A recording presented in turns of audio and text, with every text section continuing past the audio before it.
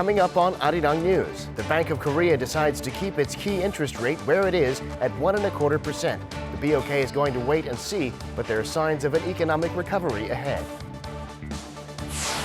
A UN agency forecasts the global economy to grow 2.5% this year and South Korea's GDP to grow 2.3%. Both would be an improvement from last year. And while South Korea and the U.S. look at ways for joint projects with North Korea to resume, the North demands that South Korea come and tear down facilities at one of the most symbolic of those projects, the resort at Mount Kumgang. It's 4:00 p.m. here in Seoul. Thanks for tuning in to Arirang News. I'm Devin Whiting. The nuclear talks may have stalled, but South Korea is not backing down in its efforts to re-engage with North Korea. South Korean and U.S. envoys are discussing giving leeway to the two Koreas so they can restart their joint projects. Kim Min-ji reports. South Korea and the U.S. have agreed to negotiate possible inter-Korean cooperation projects. That's according to Seoul's top nuclear envoy Lee Do-hun following talks with his U.S. counterpart Stephen Biegun in Washington on Thursday. He said now is just the start of the process. Lee said he explained Seoul's position and that the two sides will continue to work together based on mutual respect. The U.S. has always expressed its respect for the decisions South Korea makes as a sovereign nation.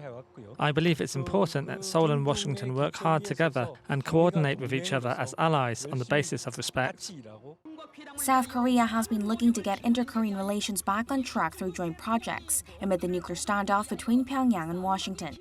Earlier this week, President Moon Jae-in said that individual tours do not violate UN sanctions and that it could help bring North Korea back to the negotiating table. But he noted that there could be minor issues in terms of what tourists can bring to the North.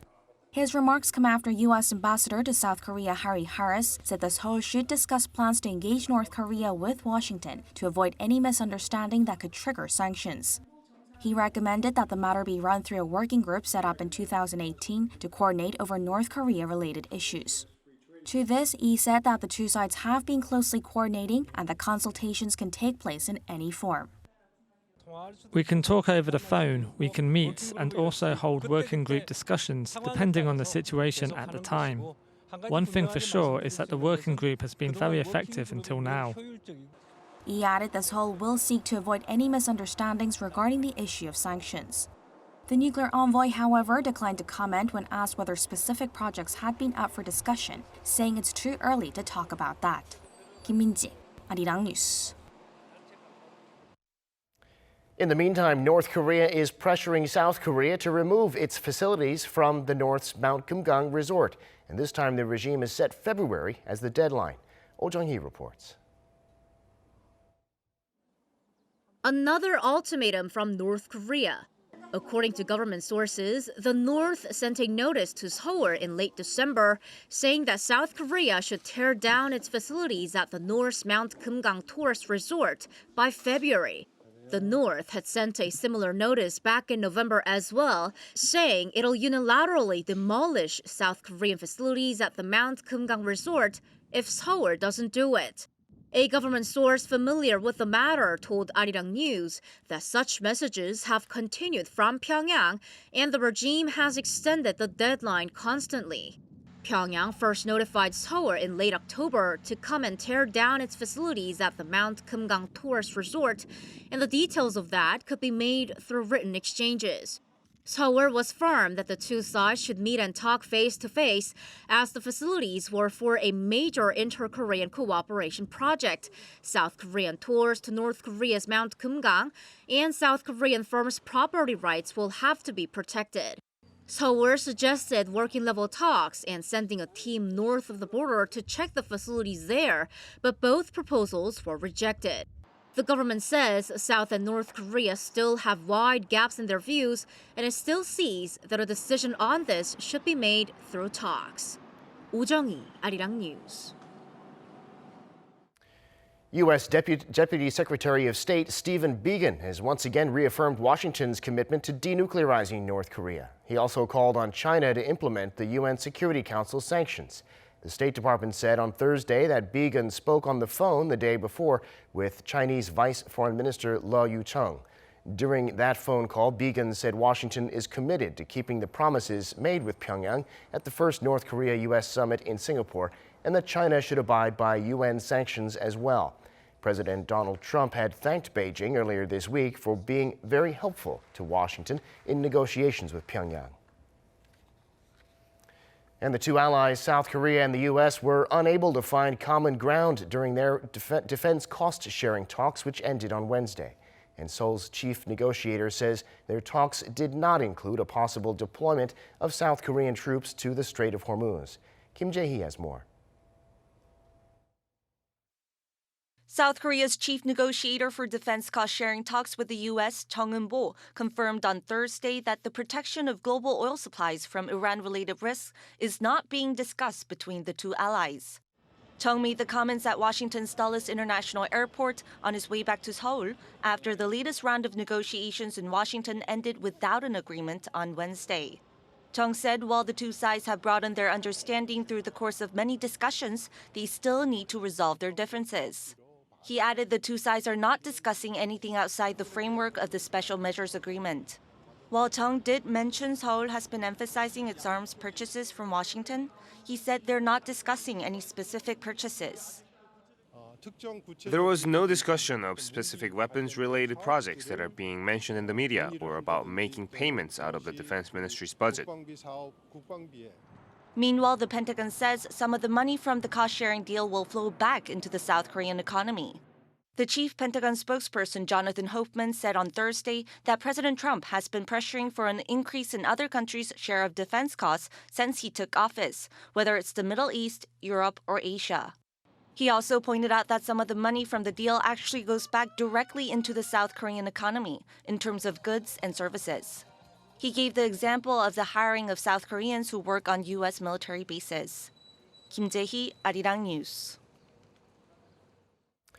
Top U.S. officials are stepping up the pressure on South Korea to shoulder a larger burden of the costs of stationing American troops here. In a rare op-ed in the Wall Street Journal by U.S. Secretary of State Mike Pompeo and Defense Secretary Mark Esper, they say Seoul can and should pay more. The officials said that Washington's contributions to Seoul's defense far exceed the cost of, quote, U.S. boots on the ground and constitute a far larger burden for the American taxpayer than meets the eye. Although the U.S. says it has scaled back its proposal, it had initially demanded $5 billion U.S., a five-fold increase from what Seoul agreed to pay under last year's deal.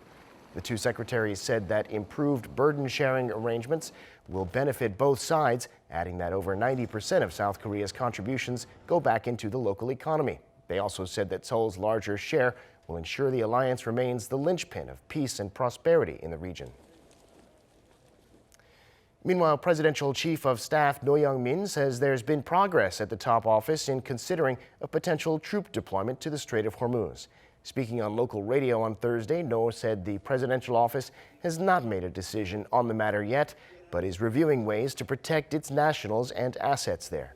On the same day, the National Security Council also discussed security conditions in the Middle East and ways to protect South Koreans and assets in the region.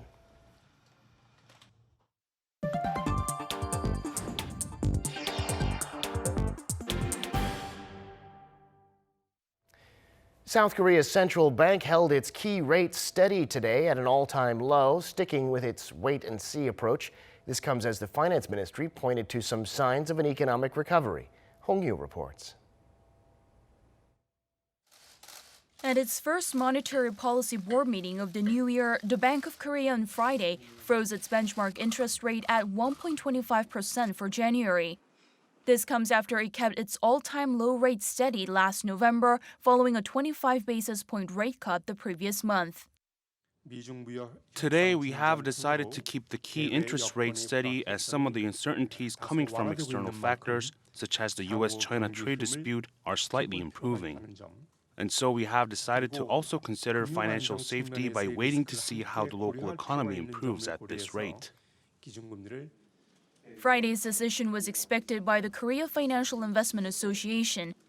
The association said that despite concerns over sluggish growth, South Korea's economic index has improved since the last rate cut. It says there are signs of a recovery in demand for and in the price of semiconductors, which are South Korea's single largest export item. In addition, with the U.S. and China having made progress in their trade talks, expectations for an economic recovery are growing. The central bank is not likely to change the key interest rate in the first half of the year. If it decides to increase the key interest rate, then it means that global economic growth has picked up and South Korea's consumer price index is increasing. South Korea's finance ministry also said in its monthly Green Book released on Friday that there has been a solid uptick in service output and consumption. Sluggish exports and weaker construction investment continue to drag on South Korea's economy. South Korea's exports dropped 5.2% on year in December. Some uncertainties remain, such as how quickly the U.S. and China make progress on phase 2 of their trade deal, as well as the heightened tensions in the Middle East. The ministry said it will strengthen its risk management and work to implement necessary fiscal measures. The Bank of Korea also pledged to carefully manage its monetary policy to ensure the growth recovery is maintained. Hong-yu, Arirang News. The UN Conference on Trade and Development forecasts the global economy to grow 2.5% in 2020. The world economy expanded by just 2.3% last year, its slowest pace in a decade.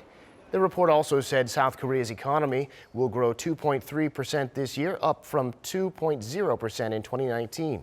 It also forecasts that the South Korean government will increase its spending by 8% this year, which will stimulate domestic demand and private consumption.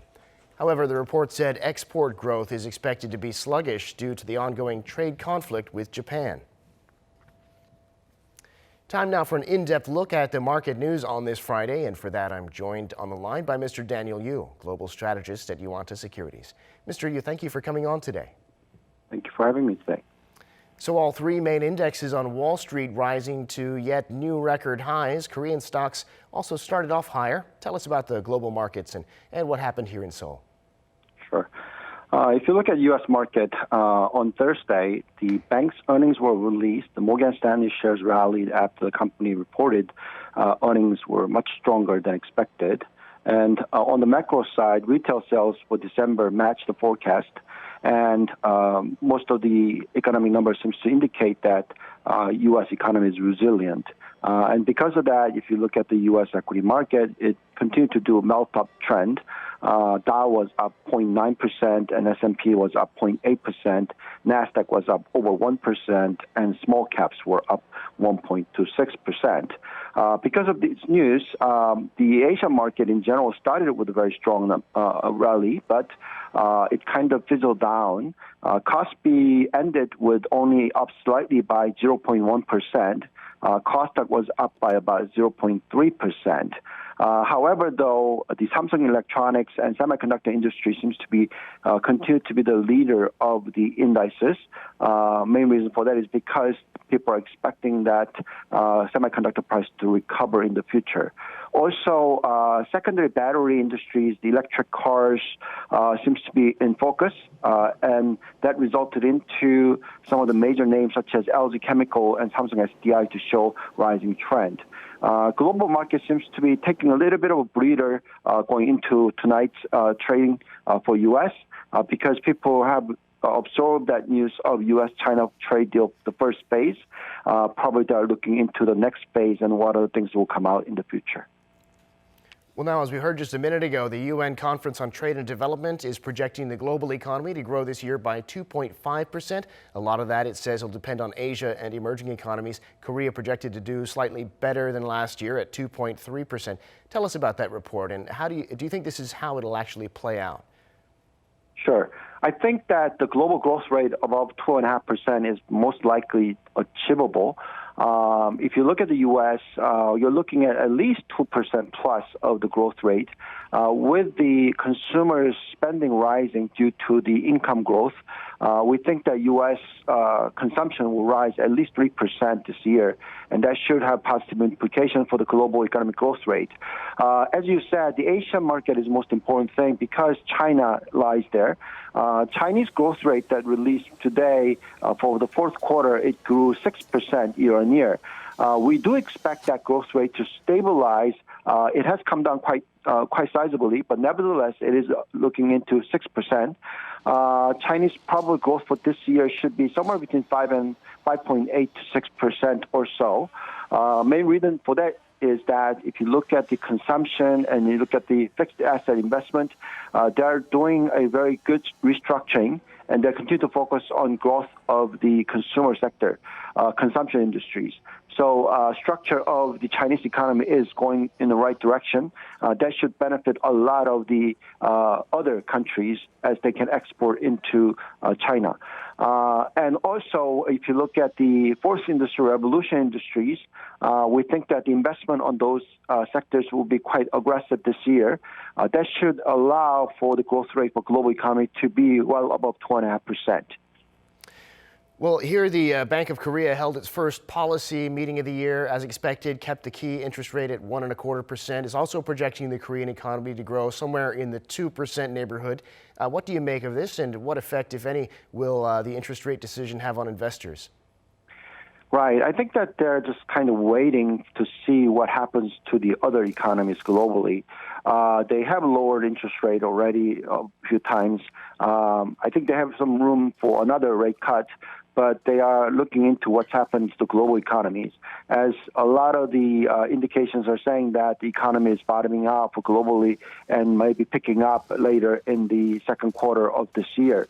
If that happens, then the Bank of Korea cutting interest rate is not necessary. But I think that they need to do a lot more aggressive fiscal policies to boost the economy. Main reason for that is because the area of the fourth industrial revolution industries investment seems to be quite timid for Korea. They're lagging behind China and U.S. Therefore, they need to focus a little bit more on that.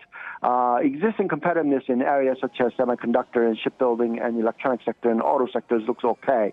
But nevertheless, without that fourth industrial revolution industries backing up, the growth rate rising from current 2% territory to 2.5% will be very difficult.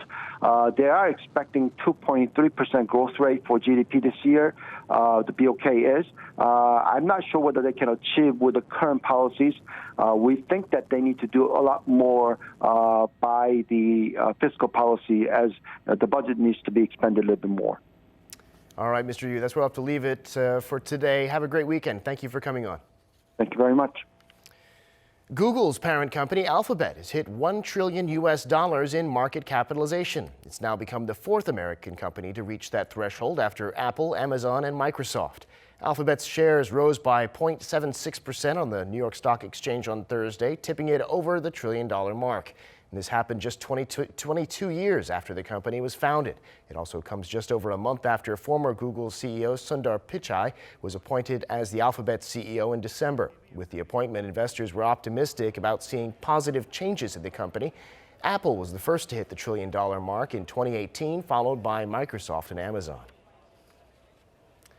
Just a day after the U.S. and China signed their partial Phase 1 trade deal, the U.S. Senate has approved a new trade agreement with Canada and Mexico. Yoon has the details. The revamped North American trade deal was approved on Thursday by the U.S. Senate and only needs President Trump's signature to become law. As the vote for the U.S. Mexico-Canada agreement was approved by 89 votes to 10, the USMCA will replace a 26-year-old deal known as NAFTA. President Trump has blamed the Clinton-era agreement for the loss of countless factory jobs in America to Mexico, where wages are much lower.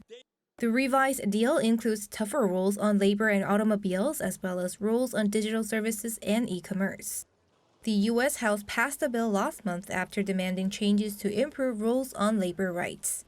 The Senate approval came just a day after Trump signed a Phase 1 trade deal with China, and the Trump impeachment articles were sent to the Senate. President Trump tweeted that American farmers are very happy with the new trade deal with China, while mentioning that the USMCA will be signed as soon as possible. Mexico has already approved the agreement, and Canada is expected to do so in coming months when the Canadian Parliament returns to session after January 27th. The USMCA is expected to see little resistance in Canada as Conservatives have said they would back the deal by Justin Trudeau's Liberal-dominated government. Eyes are on whether these trade deals will pressure other trading partners to revise their U.S. trade deals. South Korea and Japan have already revised their free trade deals with the U.S., while President Trump has been asking other countries to make new trade deals, claiming the existing ones are unfair to the U.S. Jeong, Arirang News. One of the big trends in Korean products, brands, and fashion these days is retro design, or as some are calling it, Newtro. It's in everything from drink labels to the kind of snacks people are eating. Our Kumgang has more. Old designs are back in fashion in Korea. Newtro is a newly coined word made by combining the words new and retro. It refers to reinterpreting things from the past. As the Newtro trend hits the market, companies have redesigned their product packaging. One company recently launched this new soju bottle based on a design from the 1970s and 80s with a toad character on the front of a clear blue bottle. And consumers seem to like these neutral designs. We have reinterpreted past label designs to deliver freshness for the young generation, and it is very popular, selling 100 million bottles in 7 months since its launch. One beer company has used its old bear character and retro-style fonts on its packaging. These designs not only remind the older generation of their youth, but also appeal to a younger crowd who haven't seen these designs before. We're now eating foods that older people ate when they were kids. I believe these retro-style foods could be a conversation starter between the old and young generation, thus reducing the generation gap. Food companies are following the neutral trend too. One company has relaunched a type of noodles 30 years after they were originally on the market. Old-time snacks can also be seen on the shelves. A flour company has expanded its market by selling neutral-style goods with their brand character, a white bear. Daehan Flour has been in business for 68 years, and we thought the brand itself was retro. We believe that retro marketing would attract customers in their 20s and 30s. The company has been around for generations, but it says this change was needed to survive in the fast-changing market. Kim Bo-kyung, Arirang News. Also, to keep up with the rapidly changing times, South Korea's traditional markets are going smart. And with the Lunar New Year holiday coming up, these smart traditional markets are changing the way people prepare. Lee Kyung-eun reports. The store in Amsa Traditional Market in Gangdong-gu District used to be many locals' go-to place ahead of Seollal to get the holiday staple food, rice cake. But now it is selling its rice cakes to the entire city thanks to the launch of an online store. Register at a special e-commerce site for traditional markets, it delivers products ordered before 1 p.m. in less than 2 hours within the district and within the day for other parts of the city. Despite just going online recently, the store has already experienced the benefits. In the beginning, there were only 1 or 2 orders, but now we have more than 10 each day. We've seen a steady upswing in sales, and I'm expecting a bigger jump in the future. This online service is also welcomed by customers, especially during the cold winter season and among busy workers. With just one touch of their finger, they can buy fresh products like vegetables from traditional markets at nearly half the price as in the supermarket. Currently, 15% of the stores at the market take part in the e-commerce scheme, but the number is expected to rise with the market helping stores by offering a joint delivery center. While diversifying their sales platforms, traditional markets are also changing their payment system. Since last October, some stores are taking mobile gift certificates through the online payment system ZeroPay. They say it was adapted to suit people's changing preferences. Many people come and ask if our shop takes mobile payment. We are expecting this new payment system to boost our future sales. More and more merchants are joining in this smart transformation. Last year, some 2,700 items from 125 markets were registered on the e-commerce site, which was up a staggering 400% from the previous year. There were some 800 orders through the site last month, which is 5 times as much as 6 months ago. While this growing trend will contribute to revitalizing the local economy, it will also help keep traditions going. 이경은, 아리랑 뉴스.